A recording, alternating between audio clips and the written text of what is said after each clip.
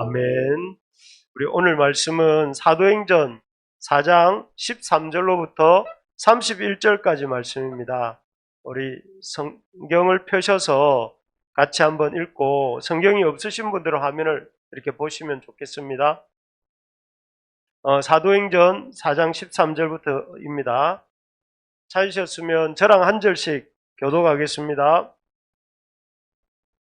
그들이 베드로와 요한이 담대하게 말함을 보고 그들을 본래 학문 없는 범인으로 알았다가 이상히 여기며 또 전에 예수와 함께 있던 줄도 알고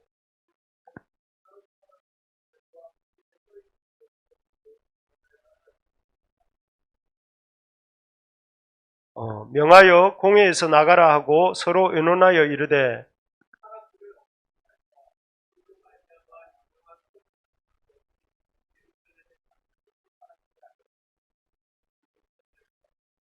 이것이 민간에 더 퍼지지 못하게 그들을 위협하여 이후에는 이 이름으로 아무에게도 말하지 말게 하자 하고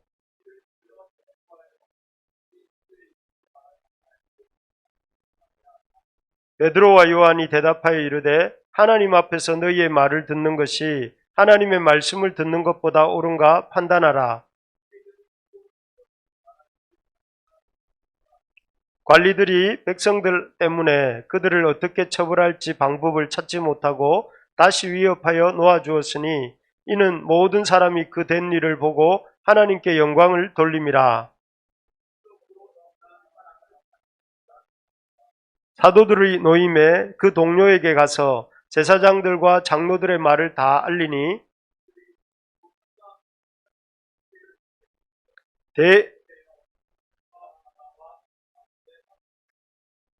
또 주의 종 우리 조상 다윗의 입을 통하여 성령으로 말씀하시기를 어찌하여 열방이 분노하며 족속들이 허사를 경영하였는고.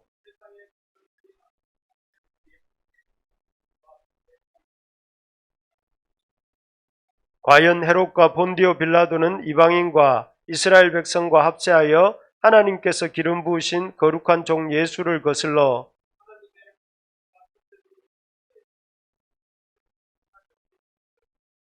주여 이제도 그들의 위협함을 굽어보시옵고 또 종들로 하여금 담대히 하나님의 말씀을 전하게 하여 주시오며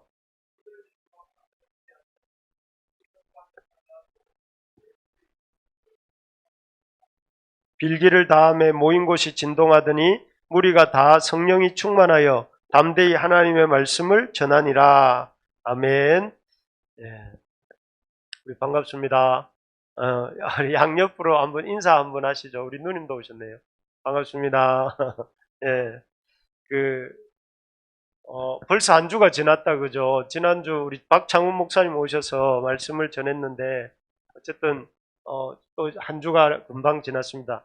우리 성경을 한 장으로 요약을 하면, 이렇게 몇 장일까요? 요 앞에 있는 그림을 힌트로 보면, 누가복음 15장을 성경을 만약에 이렇게 한 장으로 압축한다면 누가복음 15장이다 이렇게 해요. 15장의 내용은 아시는 것처럼 집을 나간 둘째 아들을 기다리는 아버지 이야기예요. 그래서 둘째 아들이 돌아왔을 때에 아주 기쁨으로 맞이하고 있는 모습이 성경의 이야기다 이렇게 봅니다. 그런데 이 성경을 만약에 한 구절로 요약을 한다면 지난주 우리 말씀을 들었지 않습니까? 여기 보니까 요한복음 3장 16절 같이 한번 읽어볼까요? 시작. 세상을 이처럼 사랑하사 독생자를 주셨으니 이는 저를 믿는 자마다 여기에 나오는 것처럼 하나님이 세상을 사랑하시고 그래서 이 세상을 멸망치 않게 죄로 인해서 멸망치 않게 하기 위해서 독생자를 보내주시고 저를 믿는 자마다 멸망치 않고 구원을 얻는다 하는 게 이 성경을 한 절로 요약하면 그렇다고 해요. 그렇다면 성경을 한 단어로 요약하면 뭐가 될까요? 이 구절 속에 나와 있는데 사랑이라고 할 수 있겠죠. 하나님이 우리를 사랑하시는 이야기. 그래서 어떻게 우리를 구원하시고자 하는가 하는 얘기라고 할 수 있어요. 그렇다면 여러분 앞에 읽었던 오늘 성경 본문은 만약에 한 단어로 요약하면 뭐라고 요약할 수 있을까요? 우리가 앞에 사도행전 4장 13절로부터 31절까지를 읽었는데 이걸 한 단어로 요약하면 바로 담대함이라고 요약할 수 있습니다. 담대함. 왜 그런가 하면 아까 읽을 때 보셔서 아시겠지만 13절에 보면 베드로와 요한이 담대하게 말하기 시작하는 구절에서 우리가 읽었던 본문이 시작이 됩니다. 그리고 우리가 읽었던 마지막 구절이 무엇이었냐면은 31절인데 한번 31절을 펴보시겠습니까? 거기에도 보면 우리 한번 읽어봅시다. 시작. 빌기를 다음에 모인 곳이 진동하더니 무리가 다 성령이 충만하여 담대히 하나님의 말씀을 전하니라. 여기도 보면 담대함이란 단어가 나와요. 그래서 이 담대함이란 단어가 앞에서 또 뒤에서 제일 뒤에서 등장하면서 이 본문의 주된 내용이 이렇게 담대함에 대한 이야기를 하는 것입니다. 그래서 오늘 본문 말씀 제목도 제가 뭐라고 정했냐면 담대함의 비결, 담대함, 어떻게 이 사람들은 담대했는가, 제자들의 담대한 모습.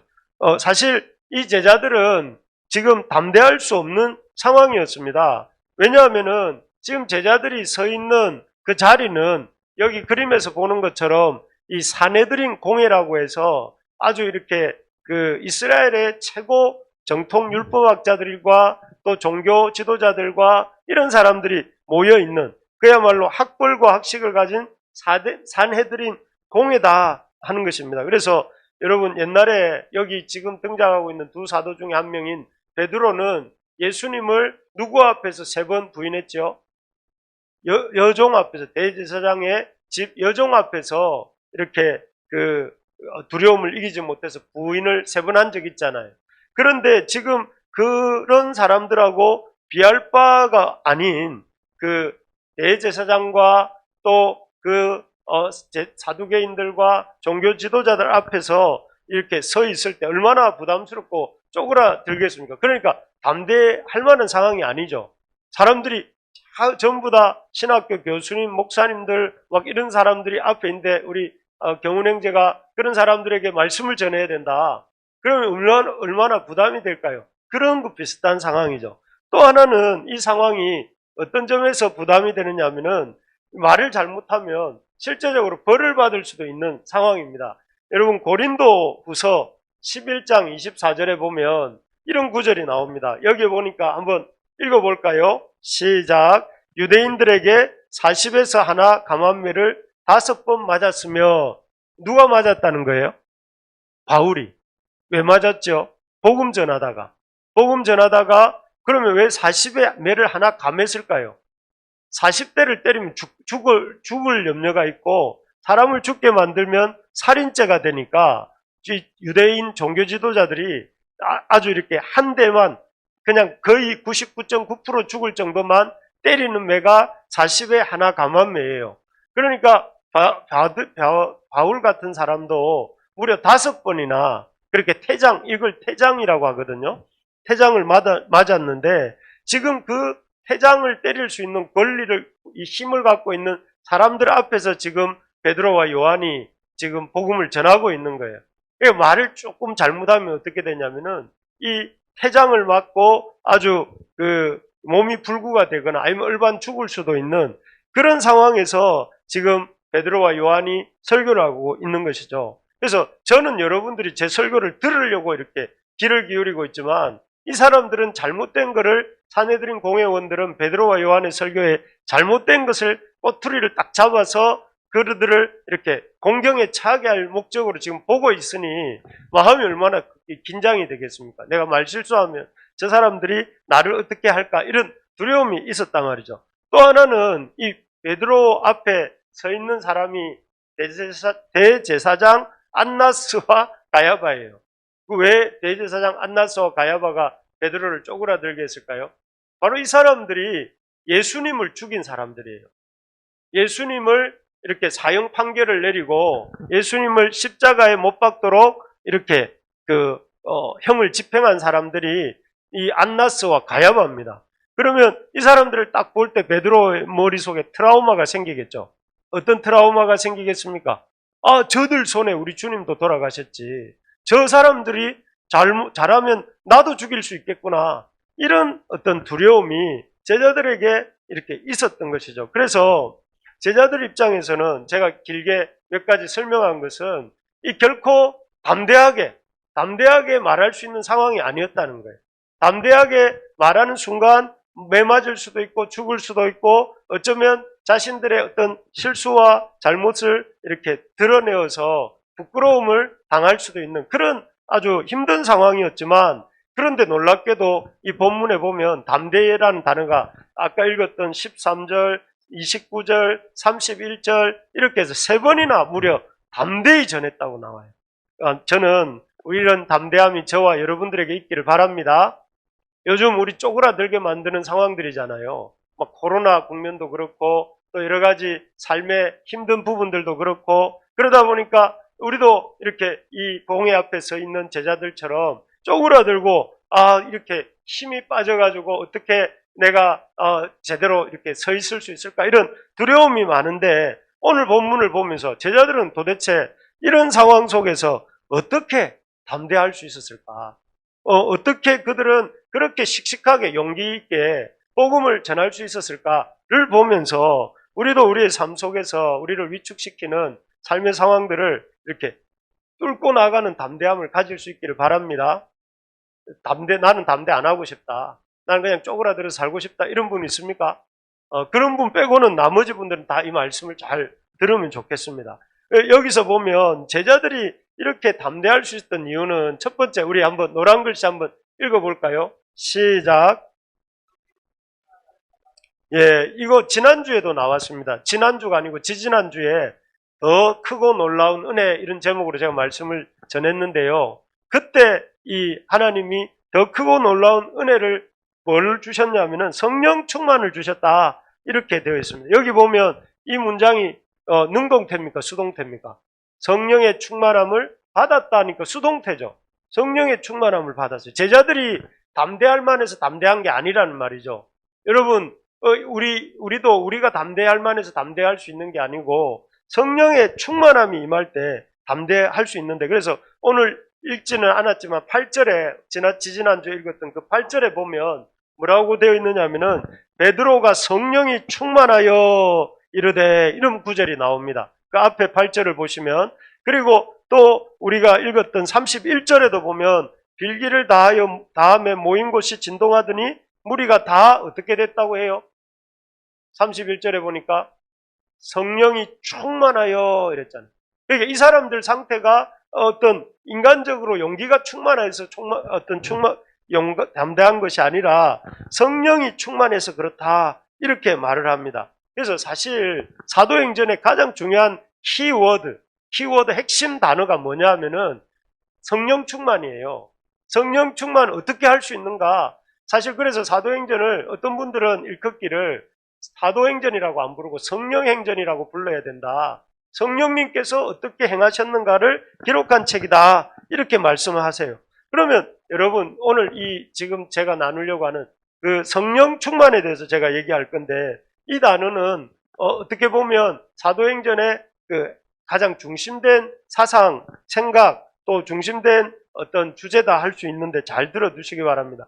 성령 충만이란 무엇인가? 여기 보면 하나님의 말씀에 의해 온전히 이끌리는 상태. 여기 성령의 충만이란 하나님의 말씀에 의해 온전히 이끌리는 상태다, 이렇게 볼 수가 있습니다. 여러분, 흔히 성령 충만하면 여러분 기도하다가 아주 이렇게 무아지경에 빠지거나 황홀경에 빠지거나 막 이렇게 방언을 하거나 이런 걸 생각을 많이 하잖아요. 그것도 성령의 큰 역사 중에 한 부분이긴 합니다. 그렇지만 성령 충만을 가리키는 성경이 말하는 일반적인 성령 충만은 무엇을 말하는가 하면은 우리의 생각과 감정과 의지가 하나님의 말씀과 그리스도의 영에 의해 지배받는 상태. 하나님의 말씀과 뭐예요? 그리스도의 영. 그게 성령이잖아요. 그죠?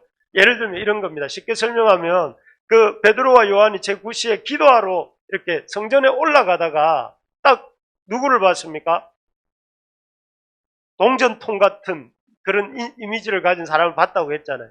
왜냐하면 그 사람은 미문에 앉아서 무려 40년 동안 계속 구걸을 하고 있었던 사람이기 때문에 사람들이 그 사람을 딱 볼 때마다 주머니에 동전 이렇게 생각한다고 했고, 또 그 사람도 사람을 보면 어떻게 저 사람이 나한테 얼마나 줄까 이렇게 생각하면서 살아가던 사람을 만났어요. 그런데 베드로와 요한은 그 사람을 딱 보니까 뭐라고 했습니까? 금과 은은 내게 없다. 그렇지만 내게 있는 것으로 내게 주노니 그리스도 예수의 이름으로, 나사렛 예수 그리스도의 이름으로 일어나 걸으라 이랬잖아요. 그러니까 그 사람을 어떤 사람으로 본 거냐면은 동전이 필요한 사람으로 본 것이 아니라 그 사람이 나사렛 예수의 이름으로 일어서야 될 필요가 있는 사람, 나사렛 예수의 이름으로 치료함을 받아야 될 사람으로 본 거잖아요. 왜요?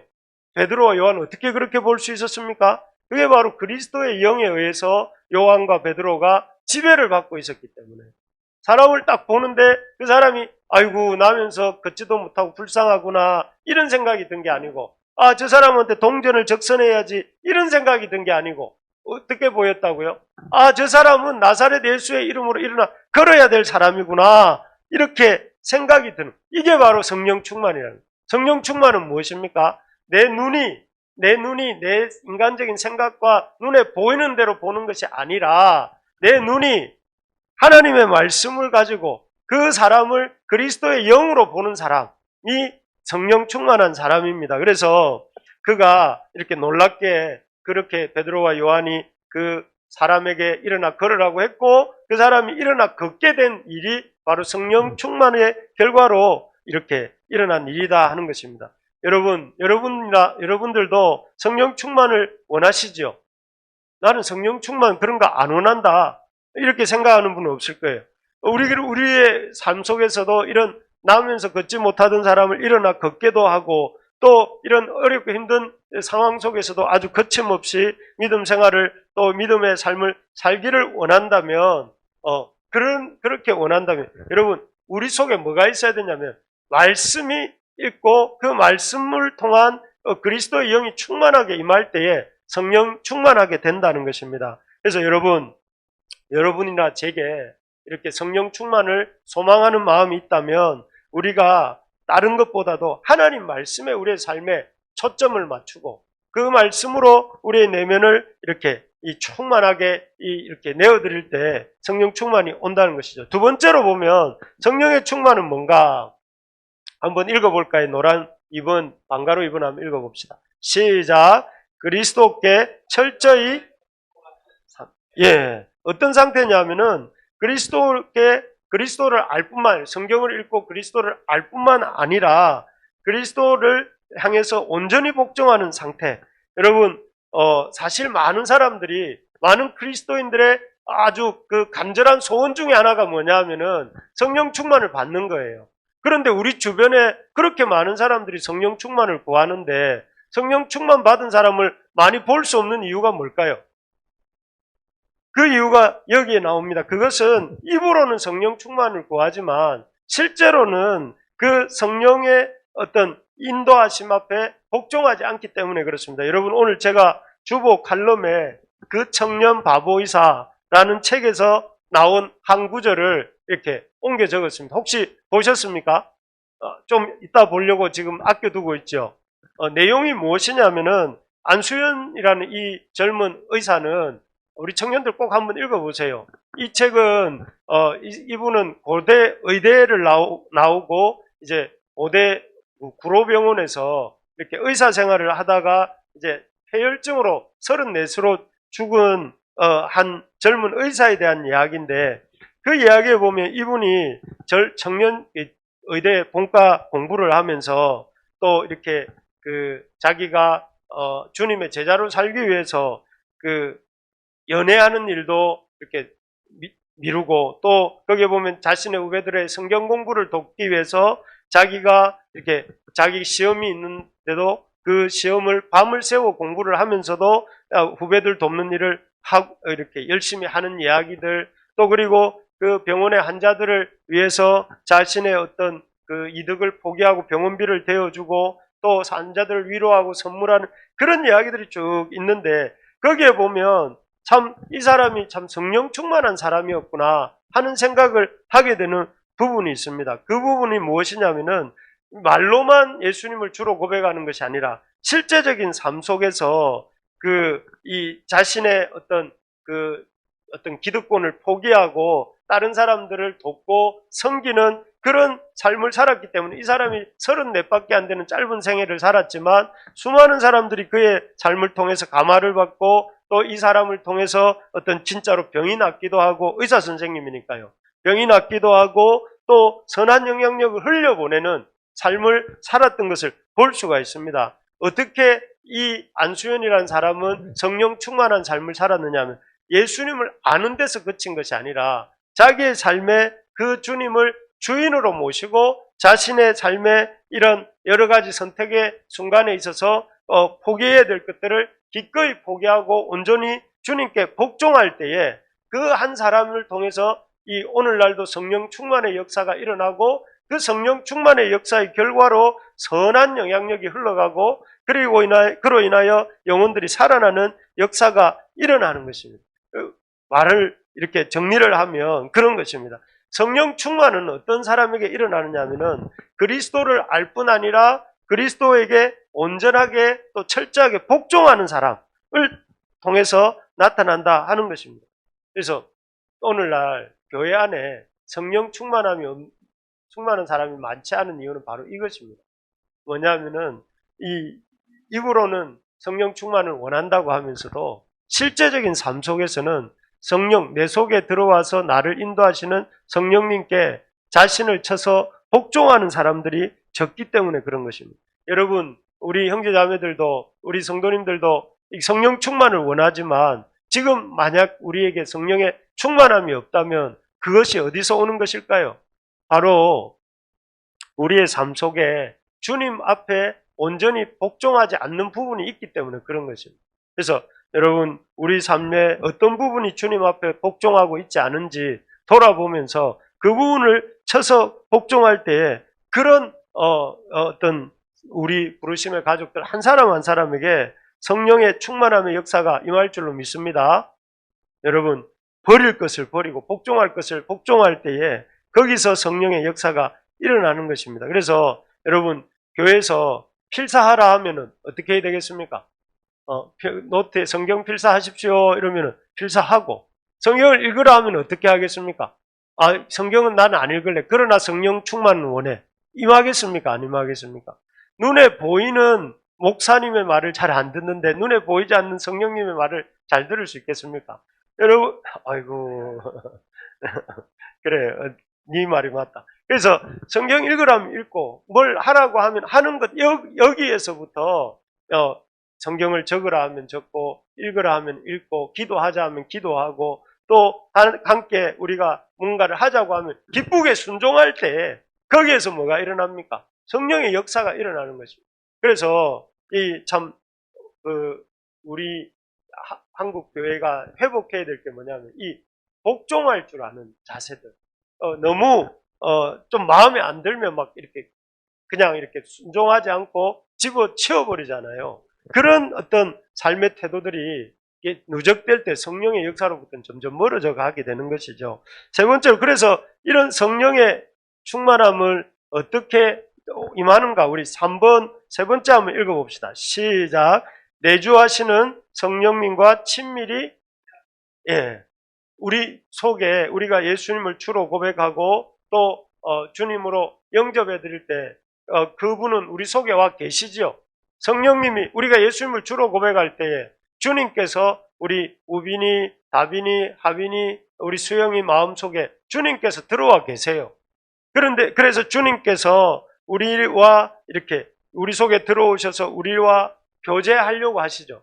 그래서 끊임없이 오늘 이 주일 예배 말씀 듣는 중에 다 이 같은 자리에 앉아서 얘기를 듣지만 어떤 사람은 이렇게 성령 충만을 받아야 되겠다 이런 생각이 드는 사람도 있는가 하면은, 또 어떤 사람은 내가 예배에 오면은 예배 제 시간에 참석해야 되겠다 이런 마음을 갖는 사람도 있고, 다 각각 어떤 자기에게 어떤 생기는 마음이 달라요. 그 왜 그런지 아십니까? 성령님이 각자에게 역사하시는 방편이 다르기 때문에 그렇죠. 그럴 때 여러분, 그런 성령님 우리 속에 그런 마음을 주실 때 그 마음에 대해서 우리가 반응하는 것, 그게 인격적 교제입니다. 성령님과 친밀히. 그래서 여러분들이 말씀을 들을 때, 책을 읽을 때, 성도님들끼리 교제할 때에 성령님께서 우리 각자에게 주시는 인도하심이 있어요. 네가 먼저 어떻게 저 사람에게 사과를 해라. 네가 먼저 저 일을 좀 해라. 네가 먼저 이렇게 찾아가라. 뭐 이런 마음들을 주시잖아요. 그럴 때 그런 마음에 대해서 성령님 앞에 순종하고 인격적으로 이렇게 따라갈 때에 거기에서 성령님이 우리 가운데 더 이렇게 강력하게 일하게 되시는 것이죠. 그래서 그런데 이제 우리 마음 속에는 어떤 마음이 있냐면은 아담이 범죄한 이후에 에덴 동산에 있을 때에 그 아담을 하나님이 날이 서늘할 때 찾아오시잖아요. 찾아왔을 때 아담이 한 행동이 뭐였죠? 숨었잖아요. 하나님의 낯을 피하여 숨었잖아요. 그런 것처럼 우리 속에는 이런 성령의 인도함을 이렇게 기쁘게 성령님과 인격적인 교제를 기뻐하기보다는 성령님과의 어떤 성령님의 교제를 거부하고 숨기를 원하는 그런 마음이 있습니다. 그렇기 때문에 우리가 우리 속에 있는 이런 제약된 본성을 생각하면서 성령님과 인격적인 교제할 수 있는 자리로 자꾸 자기를 그런 환경을 만들고 그런 자리에 나가려고 해야 되는 것입니다. 그래서 여러분 제가 어제 청년들하고 성경 공부하면서 얘기했는데 시간을 정해놓고 말씀을 보고 기도하는 게 중요하다. 그래서 그 말씀을 시간을 정해놓고 보고 기도할 때에 성령님과 친밀한 인격적 교제가 일어나는 것이죠. 또 우리가 이 예배 시간을 정해놓고 주일날 11시 이 예배 시간을 정해놓고 나와서 말씀을 듣고 교제를 하잖아요.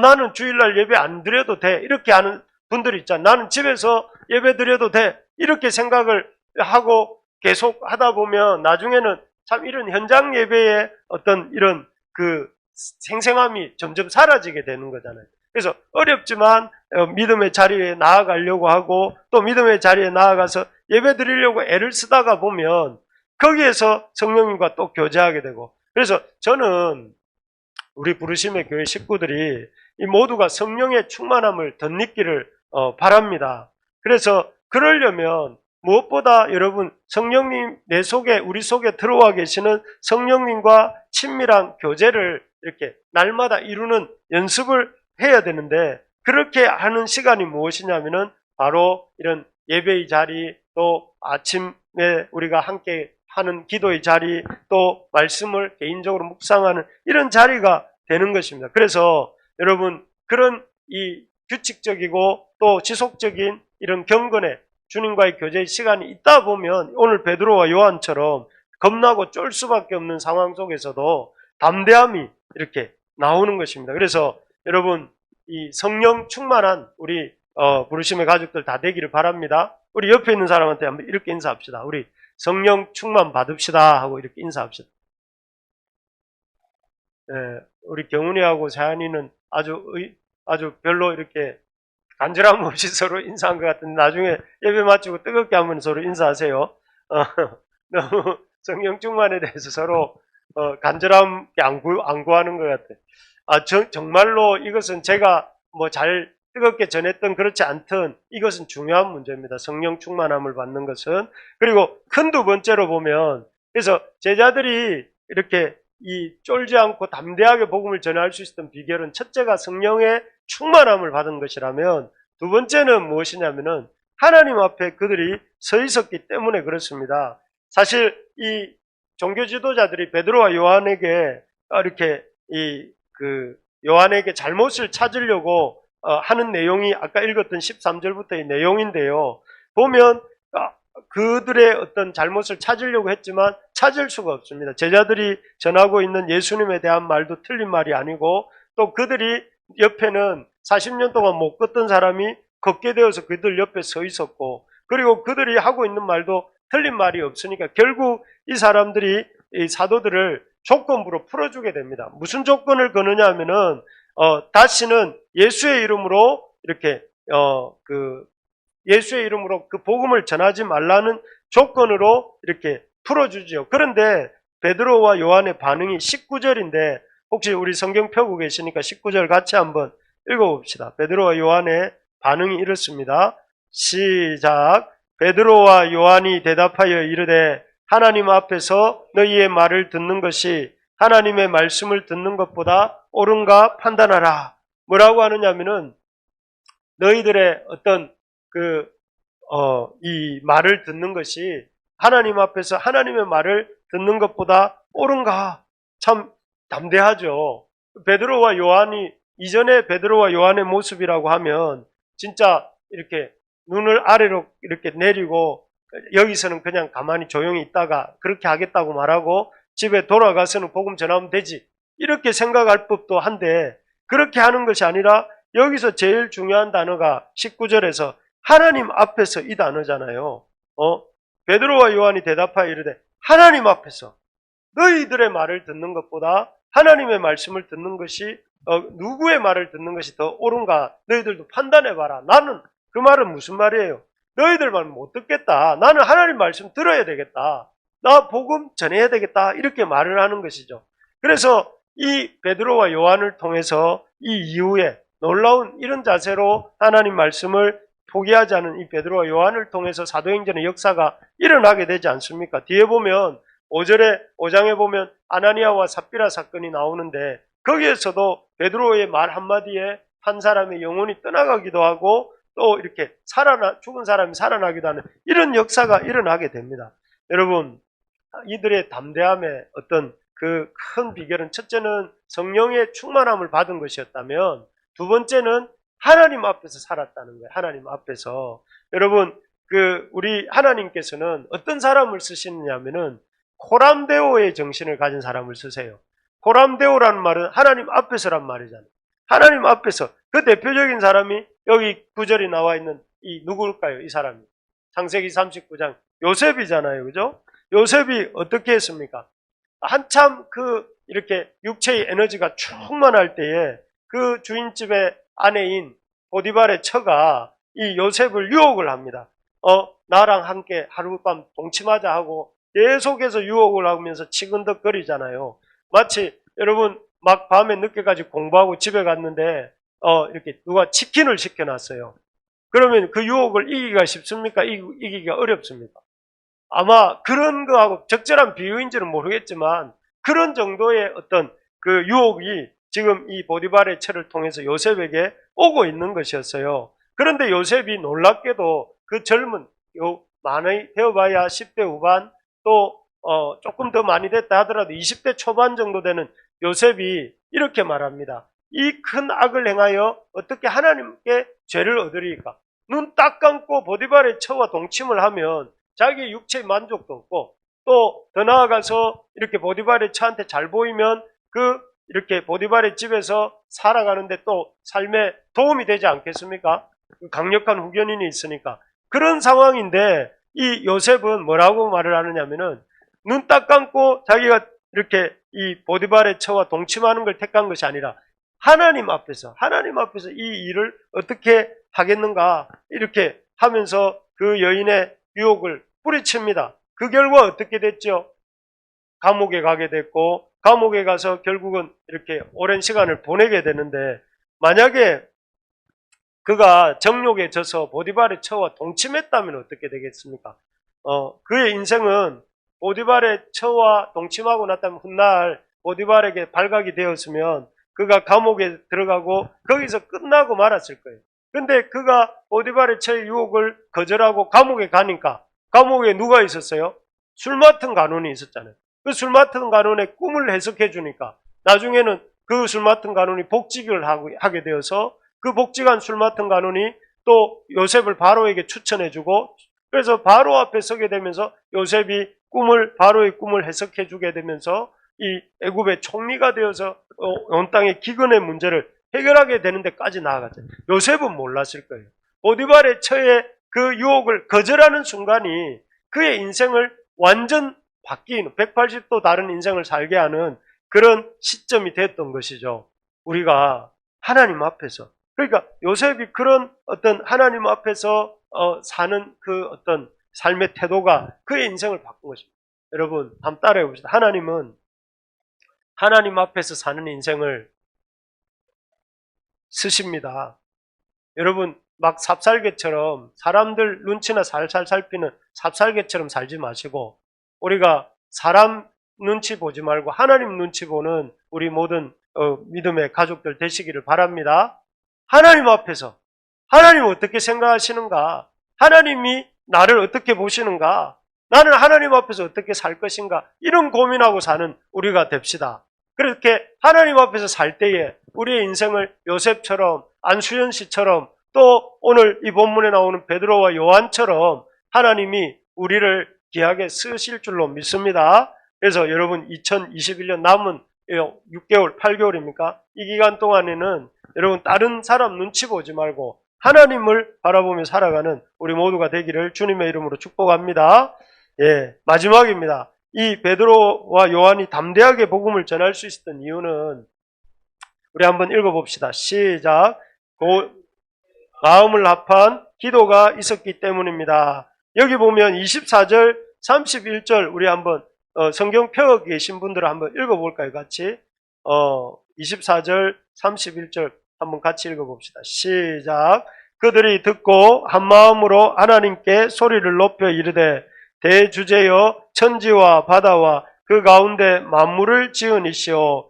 여기 보면 베드로와 요한이 풀려나와서 소식을 전할 때에 그 교회 식구들이 어떻게 했냐면 듣고 한마음으로 하나님께 소리를 높여 기도하는 장면입니다. 그리고 31절도 한번 읽어봅시다. 시작. 빌기를 다음에 모인 곳이 진동하더니 무리가 다 성령이 충만하여 담대히 하나님의 말씀을 전하니라. 여기 보면 이 성도들이 모여서 함께 빌었고 그 결과 온 땅이 진동하면서 다들 성령이 충만했다 하는 내용이 나오고 있습니다. 여러분 이렇게 만약에 여러분들이나 제가 베드로와 요한이 속했던 교회의 식구였다면 베드로와 요한 사도가 거의 이렇게 감옥에 갇혀 있다가 예수님처럼 죽을 뻔하다가 나왔어요. 그러면 저와 여러분들은 어떻게 반응을 보였을 것 같습니까? 아이고 베드로 사도님 어서 오십시오. 어서 여기 하시고 빨리 도망치십시오. 여기 있다가 또 잡혀갈 수도 있습니다. 이렇게 말할 수도 있지 않겠습니까?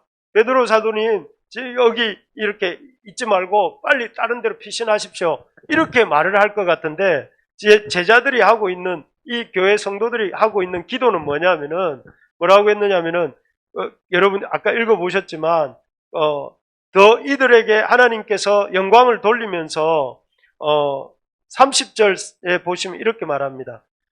29절 30절 제가 한번 읽어볼게요. 주여 이제도 그들의 위협함을 굽어보시옵고 또 종들로 하여금 담대히 하나님의 말씀을 전하게 하여 주시오며 그러니까 뭐라고 합니까? 베드로와 요한을 잘 안전하게 고난 안 받는 곳으로 도망갈 수 있도록 해주세요 라고 기도했습니까? 뭐라고 기도하고 있어요? 이들이 하나님의 말씀을 담대히 전하게 해달라 이렇게 기도하면서 30절에 우리 같이 읽어봅시다. 시작. 손을 내밀어 병을 낫게 하시었고 표적과 기사가 거룩한 종 예수의 이름으로 이루어지게 하옵소서 하더라. 이들의 기도의 내용이 고난을 안 받게 해주십시오입니까? 고난을 받더라도 그 고난을 통해서 예수님의 능력이 나타나게 해달라는 것입니다. 예수님의 능력이 나타나게 해달라는 것이죠. 이 베드로 요한 사도 더 이상 고난 안 받게 좀 해주세요 라고 이렇게 요청하고 있는 것이 아니라 이들이 합심해서 기도하는 내용은 뭐예요? 열심히 이들이 기도하는 내용이 무엇이냐면은 하나님의 행하고자 하시는 그 일들이 나타나서 하나님의 말씀이 힘있게 전파되게 해주시고 또 하나님의 그 표적과 기사가 나타나서 이 하나님의 이런 능력이 이렇게 증거되어지게 해달라고 기도하고 있잖아요. 그래서 이 사람들의 모습은 참 우리의 오늘날의 기도의 내용에 없는 것들이죠. 우리의 기도는 무엇입니까? 우리의 기도는 우리가 잘 되게 해달라는 것. 물론 그게 틀린 것은 아니지만 우리의 기도는 우리에게 좋은 것 달라는 것이지만 우리가 이렇게 놓치고 있는 우리 사도들의 어떤 그 교회, 예루살렘 교회 성도들의 기도는 무엇이냐면은 쉽고 편한 길을 달라는 것이 아니라 고난 가운데서도 담대히 복음을 전할 수 있게 해주시고 고난 가운데서도 기사와 표적이 일어나서 하나님의 능력이 나타나게 해달라고 기도하는 것을 보게 됩니다. 여러분, 우리의 기도가 이렇게 되기를 바랍니다. 우리의 삶을 통해서 고난이 없기를 기도하지 말고 고난이 있을지라도 그 고난을 통해서 주의 능력이 나타나게 해주시고 복음이 담대히 전해지게 해달라고 기도하는 우리가 되기를 소망합니다. 그래서 여러분, 우리 그런 교회가 됐으면 좋겠어요. 우리 교회가 성도들을 위해서 우리가 날마다 기도할 때에 물론 우리 성도님들의 각자의 삶이 잘 되고 또 일터가 잘 되고 해야 되겠습니다. 그런데 더 나아가서 뭘 해야 될까요? 복음이 전해지게 해달라고. 우리 성도들의 삶을 통해서, 성도들을 통해서 복음이 전해지게 해주시고 또 그 복음의 전해짐을 통해서 주의 영광이 나타나게 해달라고. 그래서 저는 우리 교회 안에 이런 담대한 기도들이, 우리 합심 마음을 같이 하고 함께 구하는 기도들이 이렇게 뜨겁게 일어나기를 간절히 소망합니다. 그래서 우리 교회 식구들 한 사람 한 사람들이 다른 것보다도 고난이, 어려움이 이렇게 없기를 기도하기보다 고난과 어려움이 있을지라도 우리가 복음을 힘써 전하는 교회가 되게 해달라고 기도합시다. 그래서 사실 우리 교회가 개척해서 이제 2년 반이 되었는데 여기까지 오기까지 이렇게 하나님 여기까지 올 수 있었던 것은 무엇이었는가 하면은 우리 성도님들이 다 모여서 열심히 기도하고 하나님 앞에 매달린 결과이거든요. 그런데 우리가 기도했던 것이 무엇이냐면 우리를 통해서 하나님의 말씀의 역사가 일어나기를 소망하는, 그래서 뒤에 있는 현수막에도 뭐라고 되어 있습니까? 말씀이 왕성하게 역사함으로 우리 속에서 말씀이 왕성하게 역사하기를 바라고 또 우리 교회 가운데서 하나님 말씀이 왕성하게 역사하기를 바라고, 그래서 우리 교회를 통해서 이 지역과 우리의 삶 가운데 하나님의 말씀의 역사가 왕성하게 일어나기를 바라는 게 저의 소원이고 여러분들의 소원이고 우리 주님의 소원인 줄 믿습니다.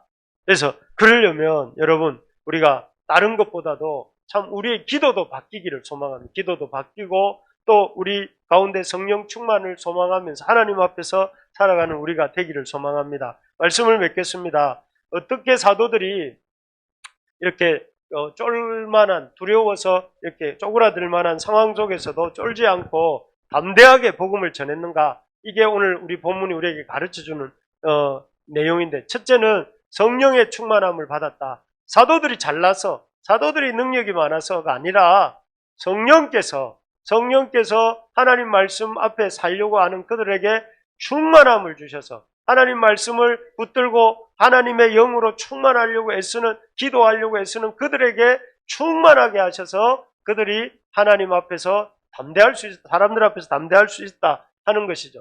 두 번째로 이 사람들은 사람을 눈치를 본 게 아니라 하나님을 바라봤다는 거예요. 하나님께서 이 상황을 어떻게 보시는가 하는 것이고, 세 번째는 온 교회가, 예루살렘 교회가 합심해서 기도하면서 하나님 앞에 고난 속에서 이렇게 주저앉지 않고 이 고난 속에서도 더 담대하게 하나님 복음을 전하자고 이렇게 힘쓰는 이런 성도들을 통해서 이런 놀라운 복음의 역사가 일어났던 것을 보게 됩니다. 여러분, 우리 모든 부르심의 가족들, 또 이 시간 이 자리에 있는 모든 분들에게 성령이 충만하게 임하시기를 주님의 이름으로 축복합니다. 그래서 우리 모두가 성령의 충만함을 덧입고 이렇게 하나님의 그 능력과 이 역사가 일어나는 우리의 삶이 되고 우리의 가정들이 될 수 있기를 주님의 이름으로 축복합니다.